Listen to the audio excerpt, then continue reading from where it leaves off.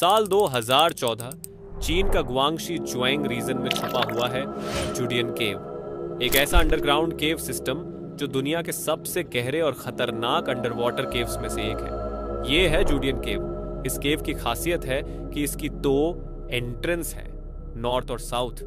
ये इलाका काफी सुनसान है, जहां ज्यादा लोग नहीं रहते, लेकिन अंडर वाटर केव सिस्टम्स के दीवाने दुनिया के कोने कोने से यहां आते हैं। इसी केव में बना है 160 मीटर यानी 500 फीट की गहराई का वर्ल्ड रिकॉर्ड, जो हर केव डाइवर को अपनी ओर खींचता है। इस रिकॉर्ड से ही प्रेरित थे वांग युआन और वांग टाओ, दो एक्सपीरियंस्ड केव डाइवर्स।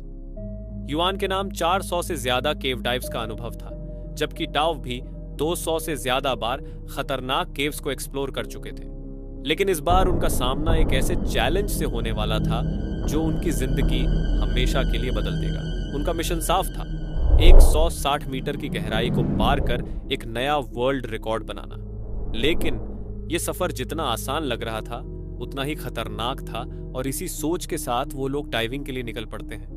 दिन था 18 अप्रैल 2014। वांग युआन और वांग टाओ जूडियन केव की ओर निकलते हैं। उनके साथ एक और आदमी था जिसने एक दिन पहले ऑक्सीजन सिलेंडर्स लाने में मदद की थी। उस वक्त किसी ने सोचा भी नहीं था कि यही आदमी आगे चलकर इन दोनों की कहानी में एक अहम रोल निभाने वाला है। केव डाइविंग में ऑक्सीजन सिलेंडर की अहमियत बहुत ज्यादा होती है। इस बार वो लोग अपने साथ 20 सिलेंडर्स लेकर आए थे। अब यहाँ एक चीज समझना जरूरी है, डाइविंग में कई तरह की गैस का इस्तेमाल किया जाता है। छोटी गहराइयों के लिए नॉर्मली नाइट्रोक्स गैस का यूज किया जाता है, जो ऑक्सीजन और नाइट्रोजन का मिक्सचर होती है। लेकिन जब आपको 100 फीट से ज्यादा नीचे जाना हो तो नाइट्रोजन की जगह हीलियम यूज करना पड़ता है। इसे कहते हैं हीलिक्स। इससे गहराई पर जाने पर डिकम्प्रेशन टाइम यानी वापसी में लगने वाला वक्त भी कम हो जाता है। जूडियन केव के नॉर्थ एंट्रेंस से उनकी डाइव शुरू होती है। केव का अंधेरा और ठंडा पानी धीरे धीरे एक अजीब सा डर पैदा करने लगता है। उनका पहला स्टॉप था 393 फीट की गहराई पर। वहां पहुंचकर दोनों थोड़ी देर रुकते हैं। युआन और टाव एक दूसरे को सिग्नल देते हैं कि सब कुछ ठीक है। पानी में सिर्फ उनकी टॉर्च की हल्की रोशनी और उनका सांस लेने की आवाज गूंज रही थी। इस स्टॉप पर दोनों अपने सिलेंडर्स बदलते हैं और आगे बढ़ने के लिए तैयार होते हैं। लेकिन उन्हें अंदाजा नहीं था कि उनके सामने कौन से खतरनाक मोड़ आने वाले हैं। केव का अंधेरा, बढ़ता दबाव और हर गुजरते सेकंड के साथ घटती ऑक्सीजन, ये सफर जितना रोमांचक था उतना ही जानलेवा भी। डाइविंग के दौरान वांग युआन और वांग टाओ का काम पूरी तरह से डिवाइडेड था। युआन का मुख्य काम था मेन लाइन को संभालना ताकि केव के अंदर वो लोग सुरक्षित रास्ता बना सके। वहीं टाओ का काम था गाइड रोप में एरोज को फिक्स करना।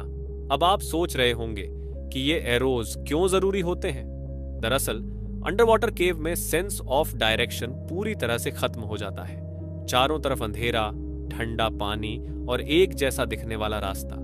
ऐसे में एरोज ही वो एकमात्र चीज होते हैं जो डाइवर्स को रास्ता दिखाते हैं। डाइविंग करते करते युआन और टाव अब तक 512 फीट यानी 156 मीटर की गहराई तक पहुंच चुके थे। लेकिन तभी एक बड़ा प्रॉब्लम आ गया, उनकी मेन लाइन खत्म हो गई। अब यहां ध्यान से समझिए, उनका टारगेट था 170 मीटर की गहराई यानी 556 फीट तक पहुंचना। लेकिन जो रिकॉर्ड उन्हें तोड़ना था वो था 160 मीटर। इसका मतलब यह हुआ कि उन्हें रिकॉर्ड तोड़ने के लिए सिर्फ 10 मीटर और आगे जाना था। लेकिन मुश्किल ये थी कि उनके पास रोप की कमी थी। उन्हें कम से कम 14 मीटर और रोप की जरूरत थी। तो युआन और टाव ने एक बहुत खतरनाक फैसला लिया। उन्होंने मेन लाइन को किसी चीज से बांध दिया और गाइड रोप को वहीं छोड़ दिया। युआन और टाव दोनों अब मेन लाइन को छोड़कर धीरे धीरे और नीचे जा रहे थे। लेकिन उन्हें इस बात का अंदाजा नहीं था कि वो जो लाइन छोड़ चुके थे वो धीरे धीरे उनकी नजरों से गायब हो रही थी। इस वक्त तक वो लोग 525 फीट यानी रिकॉर्ड लेवल तक पहुंच चुके थे। लेकिन उनकी जिद और जुनून उन्हें और नीचे की ओर खींच रहा था। वो लोग धीरे धीरे गहराई में उतरते गए और आखिरकार 538 फीट यानी 164 मीटर तक पहुंच गए।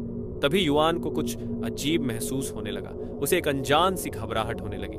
उसके दिमाग में डर घर करने लगा। अचानक उसे एहसास हुआ कि कुछ तो गलत हो रहा है।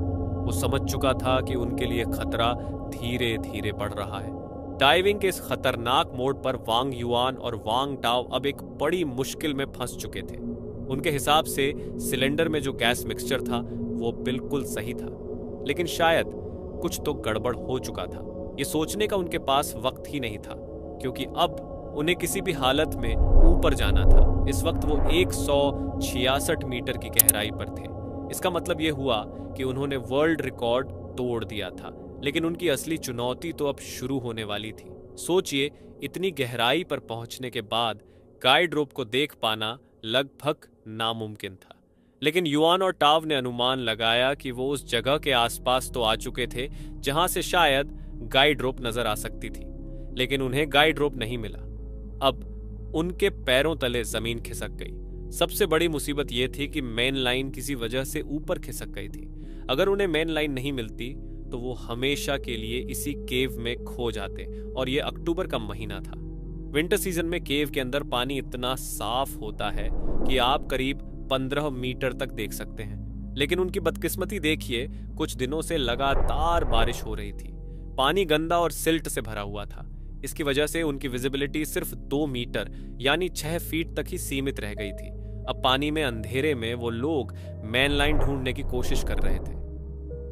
याद है मैंने गैस मिक्सचर के बारे में क्या बताया था? उनके सिलेंडर में हीलियम मिक्सचर वाली गैस थी जो डीकम्प्रेशन की प्रॉब्लम से बचाने के लिए इस्तेमाल होती है। लेकिन इस गैस का एक साइड इफेक्ट होता है। इस गैस में ऑक्सीजन कम और हीलियम ज्यादा होता है। अगर हीलियम का लेवल बहुत ज्यादा हो जाए तो हाई प्रेशर नर्वस सिंड्रोम का खतरा बढ़ जाता है।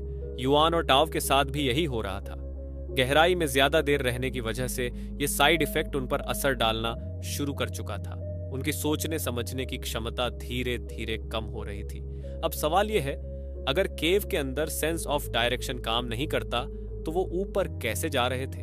इसका जवाब है, उनके टाइमिंग कंप्यूटर से वो यह जान पा रहे थे कि वो अभी कितनी गहराई पर हैं। लेकिन दिशा का अंदाजा तो अब भी नहीं हो रहा था। इसलिए वो लोग केव के वॉल्स को पकड़ पकड़ कर धीरे धीरे ऊपर की ओर बढ़ने लगे, और आखिरकार उनकी किस्मत ने पहली बार उनका साथ दिया। किसी तरह उन्हें गाइड रोप मिल गया।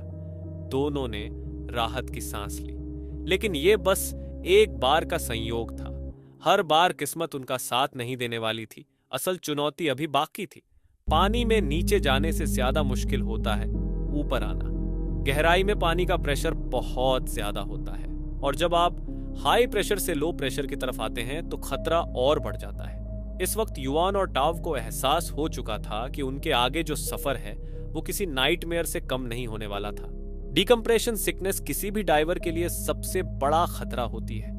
ये इस बात पर डिपेंड करता है कि आप कितनी गहराई में हैं और वहां कितने वक्त तक रुके हुए हैं। एक थंब रूल कहता है कि जैसे जैसे आप 200 फीट से नीचे जाते हैं, आपका डिकम्प्रेशन टाइम तेजी से बढ़ता है। उदाहरण के लिए, अगर आप 360 फीट की गहराई में हैं, तो 1 मिनट वहां बिताने का मतलब है कि आपको 10 मिनट डिकम्प्रेशन के लिए देने होंगे।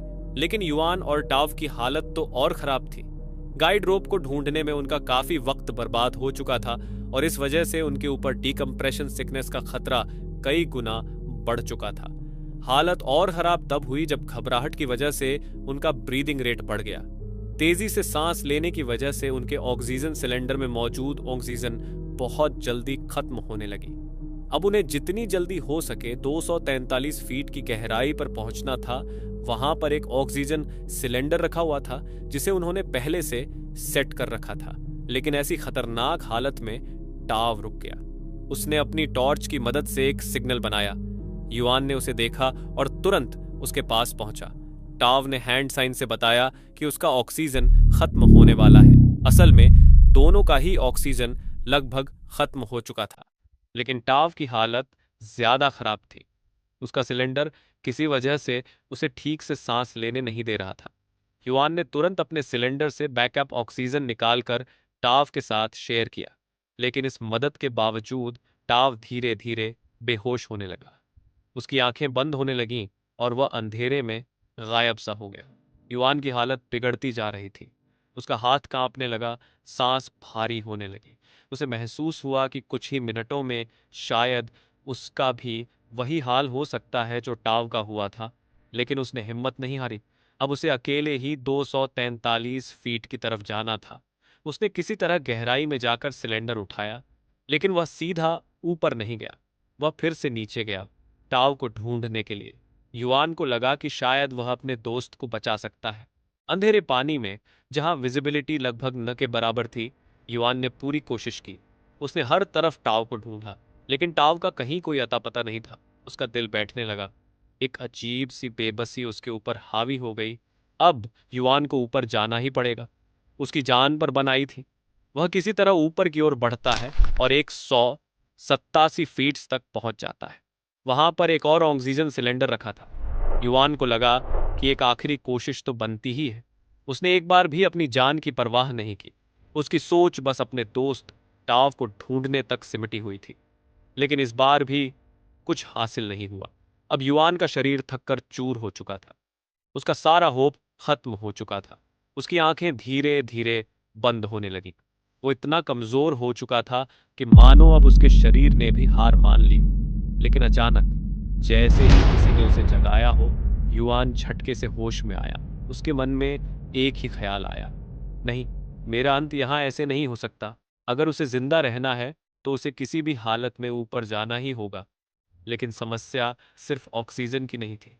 पानी के अंदर हीलियम की मात्रा ज्यादा होने की वजह से उसे हाई प्रेशर नर्वस सिंड्रोम होने लगा था।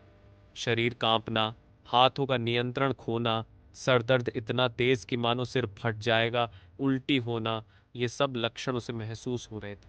फिर भी हिम्मत नहीं हारते हुए युआन धीरे धीरे ऊपर बढ़ता गया। 35 मीटर तक पहुंचने के बाद वह अपना पहला डिकम्प्रेशन स्टॉप लेता है। यहाँ उसे 4 मिनट रुकना था, ताकि नाइट्रोजन धीरे धीरे शरीर से बाहर निकल सके। अगर डाइवर ऐसा नहीं करते तो बहुत सारा नाइट्रोजन शरीर के अंदर ही रह जाता है, जिससे डीकम्प्रेशन सिकनेस का खतरा बढ़ जाता है। ये खतरा युआन के लिए पहले से ही तय हो चुका था, लेकिन उसे अभी भी जिंदा बचने की एक उम्मीद थी। वह धीरे धीरे बाकी डीकम्प्रेशन स्टॉप पूरे करता गया। 30 मीटर, 27 मीटर, 24 मीटर और फिर 21 मीटर।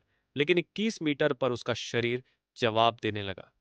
युआन को जोर से उल्टी होती है। उसकी हालत और बिगड़ जाती है। अब उसका सर्वाइवल मोड चालू था। हर सांस, हर सेकंड कीमती था। आखिरकार युआन जैसे तैसे ऊपर पहुंच जाता है। वहां पहुंचते ही वह मिस्टर पे के संपर्क में आता है। मिस्टर पे तुरंत स्थिति समझ जाते हैं और एम्बुलेंस बुलाते हैं। लेकिन अभी तक मिस्टर पे को यह नहीं पता था कि टाव हमेशा के लिए खो चुका है। युआन को तुरंत हॉस्पिटल ले जाया गया। उसकी हालत इतनी गंभीर थी कि उसे अगले 3-4 दिन तक डीकम्प्रेशन चैम्बर में रखा गया। अगले दिन टाव की बॉडी को 167 फीट की गहराई में अन्य डाइवर्स ने खोज निकाला।